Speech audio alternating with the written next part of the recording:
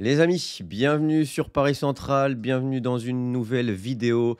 On est donc parti pour l'avant-match d'Aston Villa, Paris Saint-Germain, acte 2 au Villa Park et ça aura évidemment son importance. On va dresser tout cet avant-match. Pour ça, je suis comme au match aller avec Kevzor. Comment allez-vous, monsieur Kevzor?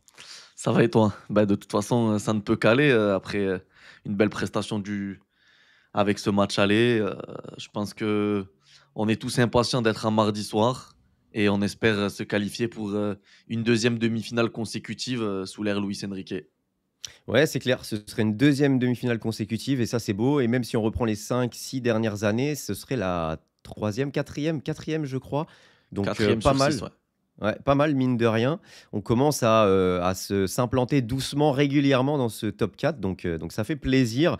Avant toute chose aussi, il y a une belle prestation de nos Parisiens, mais également de nos abonnés. Merci à tous ceux qui ont pu pardon, s'inscrire sur Unibet avec le code Paris Central. Merci pour votre soutien. Comme d'habitude, vous avez jusqu'à 100 euros de bonus avec Unibet, le partenaire de cette vidéo, notre partenaire. On reviendra juste après pour les pronos. Vous commencez à avoir l'habitude.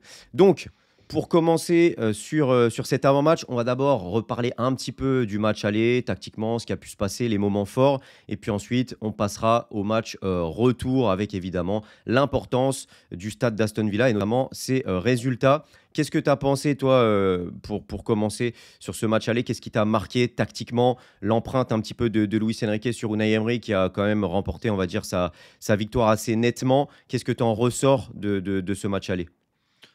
Moi, je trouve pas que ce soit le match le plus abouti du PSG, on va dire en 2025 depuis que je trouve qu'il y a eu quelques améliorations dans notre jeu. Mais, on fait une bonne entame qui n'est pas ponctuée par un but et je trouve qu'on commençait à s'endormir avec ce plan de jeu d'Unai Emery, qui jouait un 6-4-0. Enfin, c'était très bas, Ouais, ça défendait, c'était c'était très du handball. compact et voilà et je trouve qu'on était vraiment lent dans nos transmissions. Ça commençait à ressembler au match qu'on voyait sur la première partie de saison et l'erreur et la perte de balle de Nuno Mendes qui amène ce but, je trouve nous a réveillés. Pour moi, c'est le point et le facteur important de ce match aller, parce que sans ça, j'étais en train de me dire juste avant, on va pas faire 0-0 quand même. J'étais en train de me dire, je me fais chier. Ça commençait à devenir lent, mou, et ça nous a obligés à remettre du rythme, remettre de l'intensité, refaire circuler le ballon plus vite, mettre de la verticalité. Et cette égalisation rapide nous a très rapidement remis dans le match. C'est très important, on n'a pas douté. Donc, le fait qu'on ait marqué très vite en seconde mi-temps, voilà. Je trouve que c'est pas le match le plus abouti, mais c'est important de gagner à domicile. Ça faisait longtemps, je crois qu'on n'avait pas gagné, un quart de finale ou demi-finale, à domicile Allez, ouais, au Parc des allez. Princes. Ouais, ouais, ouais. Donc, c'était important et qui plus est, ça nous amène avec un match retour, dont Aston Villa va être obligé de sortir. Donc très bien, c'est un très bon résultat. Surpris au niveau de la composition sur le match aller, le choix Doué plutôt que Barcola? Ouais, j'étais surpris parce que j'étais persuadé que Barcola jouerait. Maintenant, après, Doué fait une prestation qui est bonne, hein, en sachant que c'est lui qui égalise, d'un but somptueux. Même si j'ai trouvé qu'il a fait des bonnes et des moins bonnes choses, des fois, je trouve qu'il fait des choses trop compliquées, mais il aurait pu aussi, marquer, et faire de très bonnes choses. Oh, il fait quand même un bon match pour sa première titularisation, dans un quart de finale de Ligue des Champions. C'est un très bon match d'un jeune joueur de 19 ans qui a pris une autre dimension.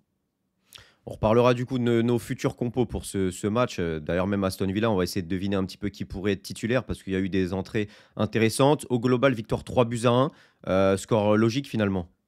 Largement, pour moi, il y a pas photo, même si, Villa aurait pu nous punir une ou 2 fois, sur des contres, mais, force est de constater que quand tu te livres, beh, tu mets en avant un petit peu le dos de ta défense.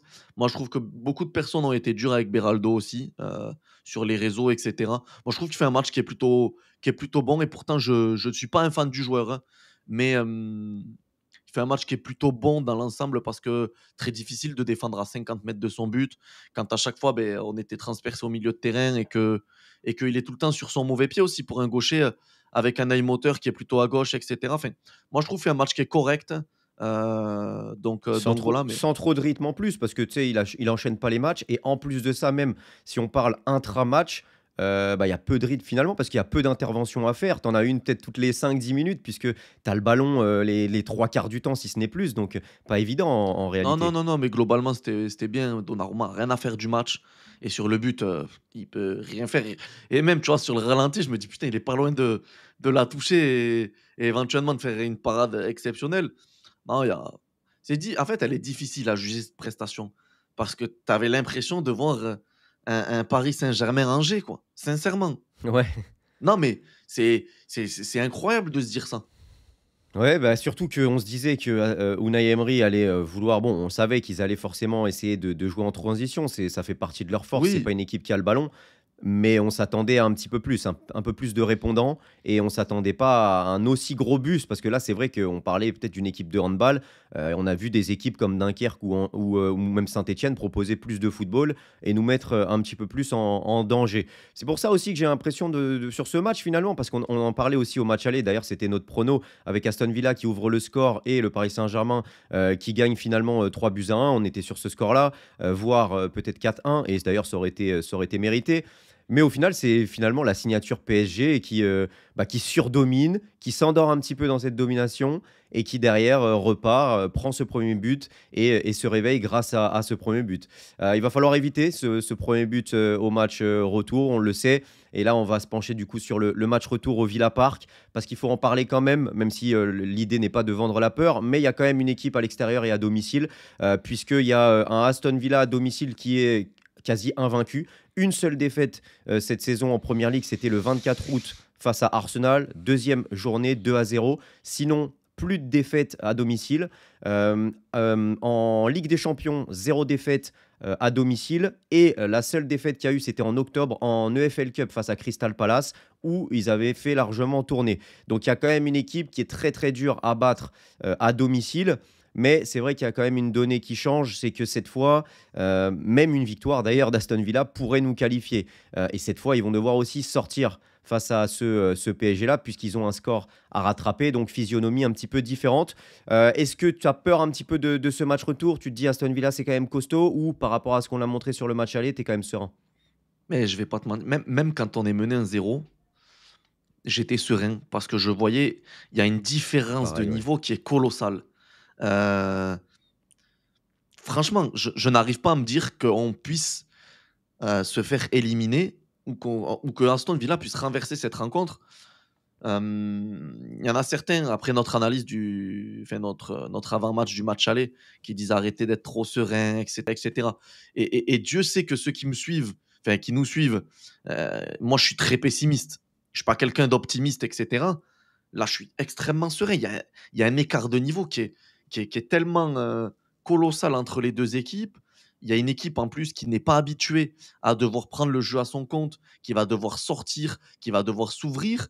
On va pouvoir en contre, les exploser. Franchement, moi, je ne me dis pas à un seul moment qu'on peut se faire éliminer et en plus avec ce troisième but qui les oblige à non pas marquer un but, mais minimum 2 pour ne serait-ce qu'espérer une prolongation. Mm. Donc non, non, non, moi je suis extrêmement serein. Heu, J'étais serein pour Brest, on nous disait: «Faites attention, ça finit à 10-0 match aller-retour». Liverpool, c'est autre chose, mais moi je suis très serein et je pense sincèrement on en viendra au prono après, je vais pas spoil, mais non, je suis serein. Qu'est-ce que tu en penses toi?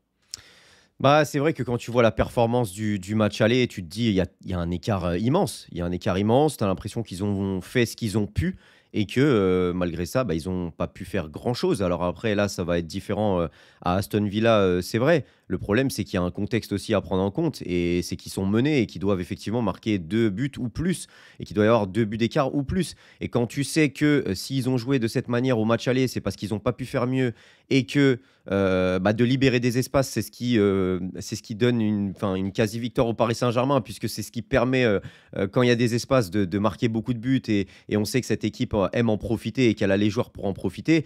Bah, tu te dis, même à Aston Villa, on va l'emporter. Donc c'est vrai que c'est difficile de voir Aston Villa l'emporter. Au niveau des points forts d'Aston Villa, même s'il y en a, tu te dis finalement risque, c'est que le PSG se mette lui-même dedans. Notre seul adversaire finalement, la seule clé qui pourrait faire que, bah, ce serait que le Paris Saint-Germain, ait des vieux démons qui ressortent ou bien juste le football parce qu'on ne sait jamais, tu peux prendre un rouge, il peut y avoir, un arbitrage, assez dingue, voilà des faits de jeu comme ça qui font partie du football. Mais si tu parles purement tactiquement et ce que peut faire Aston Villa face à ce PSG, tu as l'impression que, bah, c'est pas de la enfin, c'est pas, d'être trop confiant, c'est juste la réalité de ce qu'on a pu voir. Déjà ce qu'on pensait en amont, mais quand on voit ce match aller, on se dit, comment ils vont faire? Et puis, en plus de ça, pour pouvoir rattraper autant de buts, il faut avoir le ballon, pour pouvoir en faire quelque chose. Mais ils l'ont même pas eu et finalement, quand le PSG décide de confisquer ce ballon, il le confisque et si tu essayes de venir le chercher,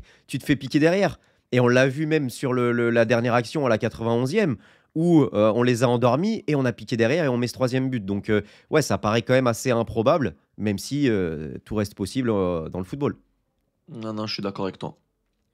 Bah, du coup, au niveau des risques, par rapport à ce PSG-là, on parle du mental, le relâchement possible, le pressing potentiel d'Aston Villa, le banc, est-ce que ça se trouve, on va faire tourner ou pas?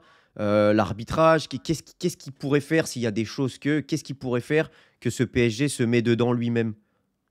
Moi, je vois rien. Sincèrement, je le redis, en fait, ça c'est dans la continuité de ce qu'on vient de dire. Moi, personnellement, arbitrage ou pas, et cetera, moi, je vois rien qui puisse nous mettre dedans. La gestion mentale, on a réussi à se relever en étant 26e de Ligue des Champions, mené 0-2 au Parc des Princes face à City. Depuis, en fait, c'est plus la même équipe. Le pressing d'Aston Villa, il y a rien. Pour moi, il y a rien, ils vont pas réussir. Manque de profondeur de banc, le banc d'Aston Villa, non. Pour moi, les mecs qui sont rentrés ont rien apporté forcément à Aston Villa ou très peu. Non, moi honnêtement, je reste sur ce que j'ai dit.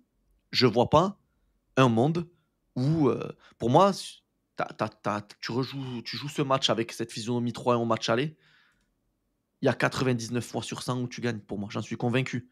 Heu et en plus, le fait que Aston Villa soit invaincu à domicile, oui, très bien.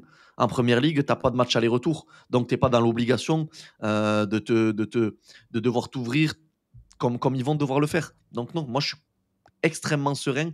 Après après le fait qu'on n'ait pas fait un match exceptionnel au match aller et qui plus est, on l'a gagné 3-1 en étant maître large de ce qu'on a proposé. Donc voilà.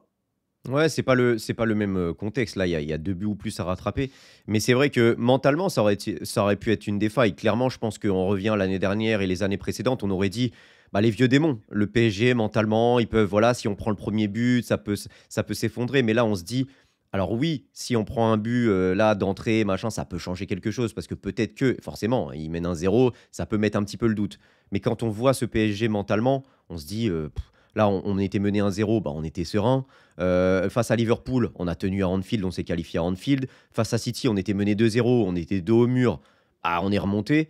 On se dit que cette équipe, mentalement, ce coach, ce staff, bah, finalement, ouais, il est largement capable, même en étant mené 1-0, même en étant mené même 2-0 au Villa Park, de se qualifier. Donc c'est vrai que même le PSG lui-même, on a du mal à imaginer qu'il puisse choquer finalement. Non, pour moi, c'est pas possible.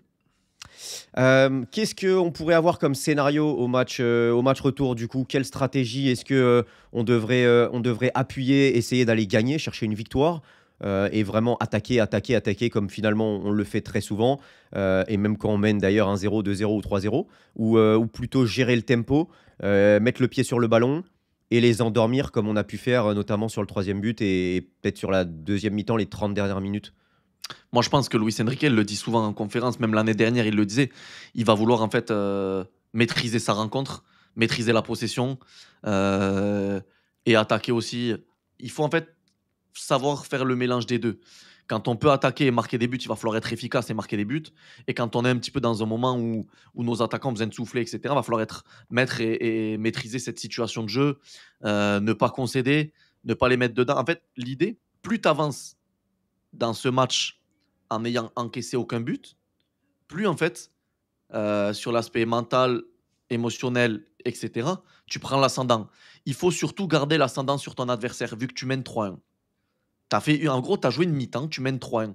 Donc l'ascendant émotionnel, tu dois le garder. Et il faut rester à +2, c'est tout. J'avais dit au match retour contre Liverpool qu'il fallait absolument pas que Liverpool mène 1-0 à la mi-temps. Ça, il fallait. Et au Et contraire, c'est nous qui menions. voilà, c'est ça. il faut absolument prendre l'ascendant mentalement.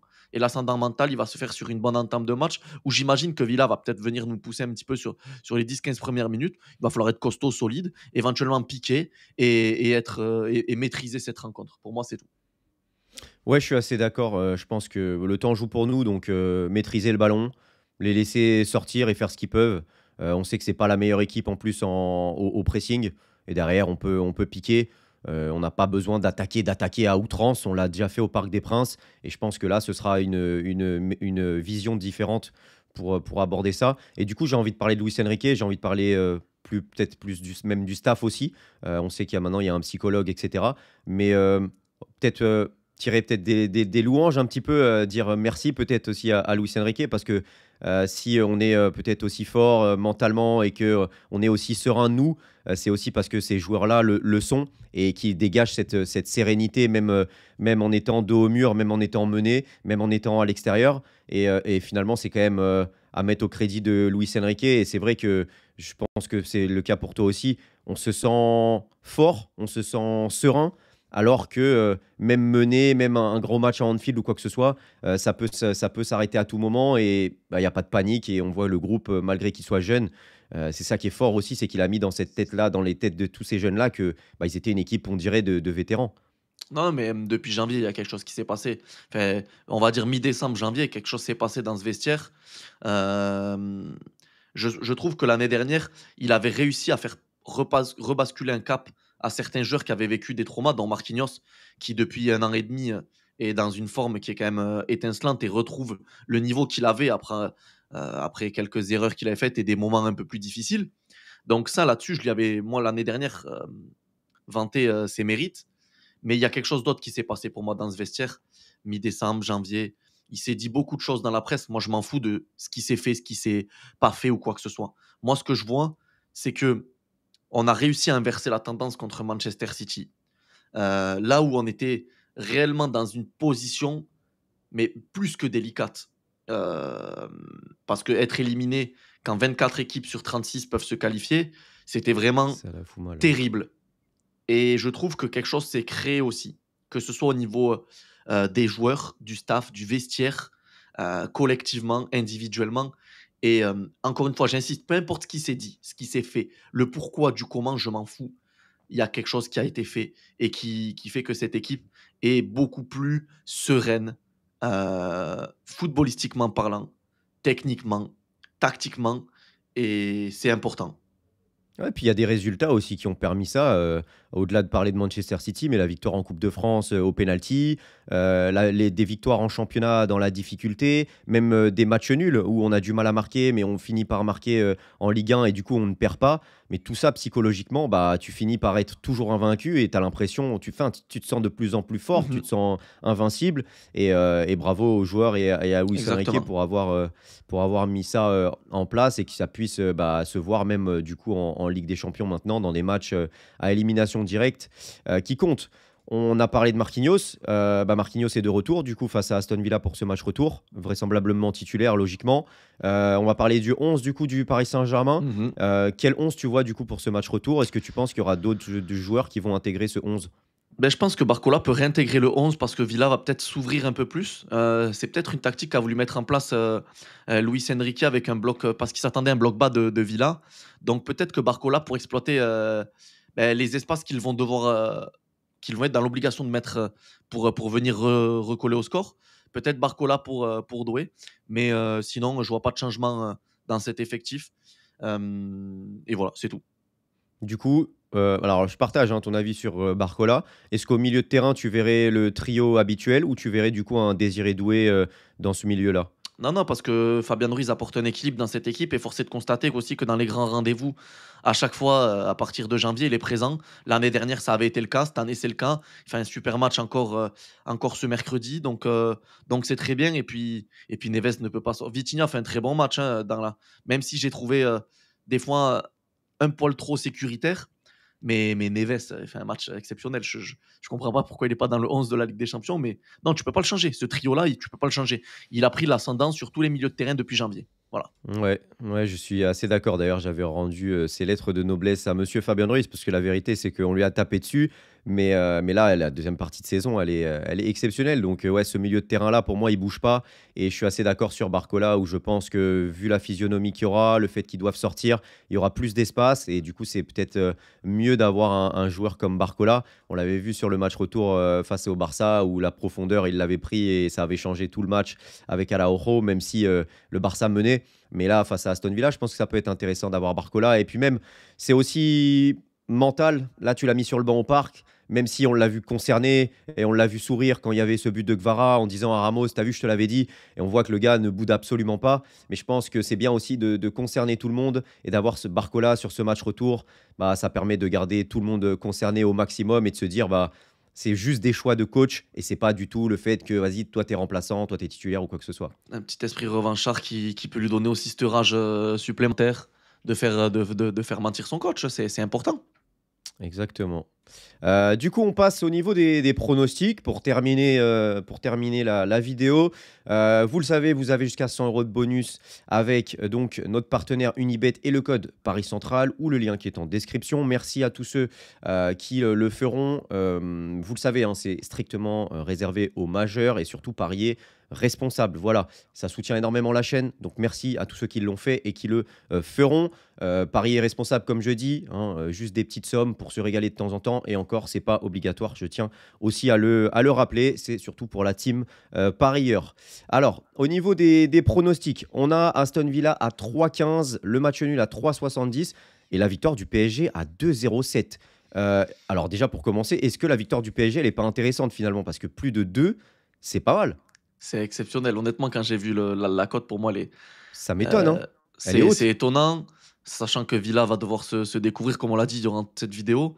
Donc non, moi, je mettrais sûrement un pari gagnant et je vois un Dembélé buteur qui n'a pas marqué au match aller, qui va vouloir aussi voilà, rentrer dans et continuer cette petite course à ce potentiel ballon d'or parce que malgré que, soi-disant, il n'y pense pas, inconsciemment, il pense. Donc, un Ouais. Dembélé buteur avec Paris gagne, je pense que la cote, elle peut être très intéressante.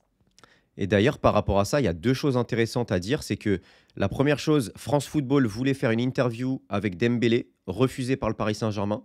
Et deuxième chose, c'est aussi l'attitude après le match de Dembélé. Je ne sais pas si tu as vu la petite vidéo avec Samos où il dit c'est pas fini, même après le match, hein, juste après le match, encore sur le terrain, il dit c'est pas fini, c'est que la première étape, etc. Donc on voit que le gars est vraiment focus, concentré, l'équipe aussi. Et en plus de ça, bah, le Paris Saint-Germain, on voit que voilà, l'extra sportif, etc. Au-delà d'histoire ou quoi, on reste vraiment focus. Et même pour une interview qui pourrait être centrée sur le Ballon d'Or, non, on refuse, on reste sur la saison. Et ça, je trouve que c'est une belle chose. Non, non, mais je suis d'accord avec toi. La qualif, bon, elle est à 1,05. Le pari le plus joué, c'est le résultat du match Paris Saint-Germain victoire et un but pour les deux équipes à 3,37. Tu vois Aston Villa marquer ou pas? Je sais pas. Je sais pas. En fait, tout va dépendre de si on fait des erreurs. Mais moi, moi, j'irais sur vraiment quelque chose avec un Paris gagne et un buteur. Même Barcola buteur peut être intéressant, en sachant qu'il va vouloir être revanchard s'il démarre. Mais non, non, je vois Paris gagnant avec un buteur. Je sais pas si Aston Villa va marquer. Les buteurs sont pas encore disponibles. Mais à mon avis, Dembélé sera, je pense, à 2, hein, 2, 2,15, quelque chose comme ça. Donc avec la victoire du PSG qui est en plus à 2, je pense que Dembélé buteur et le Paris Saint-Germain gagnent, ça doit être du 3,50 à mon avis. Ouais, Facile. Donc plus ça peut même. être une cote intéressante. Même le double chance buteur, moi, c'est un truc que j'aime bien jouer. Et on a vu Gvara, hein, qui est exceptionnel en Ligue des Champions. Le Dembélé ou Gvara, à mon avis, sera peut-être coté à 2, hein, quelque chose comme ça peut être pas mal aussi. 1,80, 1,90, ça peut être intéressant. Qu'est-ce qu'on a d'autre? Le but pour les deux équipes, ouais. Le score exact. Qu'est-ce que tu vois comme score? Je vois le même score qu'au match aller, en fait, si on veut 3-1. vraiment. Moi, je vois un 3-1. Moi, je vois un 3-1 Paris, avec une ouverture du score parisienne et un Aston Villa qui va pousser un petit peu, qui va revenir au score et Paris qui va dérouler sur la deuxième mi-temps. Donc c'est 1-3, c'est à 12 et honnêtement, je vois la même chose. Parce que je vois bien un but d'Aston Villa ou même, tu sais, en fin de match, on mène 2 ou 3-0, on se relâche un petit peu parce qu'on a une grosse avance. Eux, ils veulent aussi sauver l'honneur chez eux. Donc ouais, une victoire 2-1 ou une victoire 3-1. Mais en tout cas, personnellement, je vois aussi une victoire du PSG parce que je pense qu'on va faire le taf jusqu'au bout. Qu'Aston Villa va se découvrir parce qu'ils vont pas avoir le choix. Ils vont jouer leur va-tout. Je pense qu'ils ont aussi envie de montrer une bonne image pour finir à leurs supporters. Donc je vois bien le Paris Saint-Germain l'emporter quand même, malgré ce match à l'extérieur et le fait Mmh. qu'il soit invincible. Et puis je pense que ça peut aussi jouer dans les têtes, mine de rien, parce que on s'est reposé ce week-end. Et là, bah, Aston Villa, on l'a dit, invaincu en Ligue des Champions, une seule défaite cette saison en championnat. Je pense que mine de rien, l'ego des Parisiens ont envie aussi d'aller faire cet exploit, entre guillemets, de les battre chez eux à Birmingham. Donc ouais, je dirais une victoire du PSG 2-1 ou 3-1. On est d'accord. Ok, eh ben, on peut clôturer là-dessus, les amis. Dites-nous vos pronos en commentaire, votre ressenti sur ce match, si vous avez un petit peu peur ou pas. Et voilà, on en débat en commentaire. On se retrouve très vite pour une nouvelle vidéo. D'ici là, portez-vous bien. Ciao, ciao. Ciao les gars.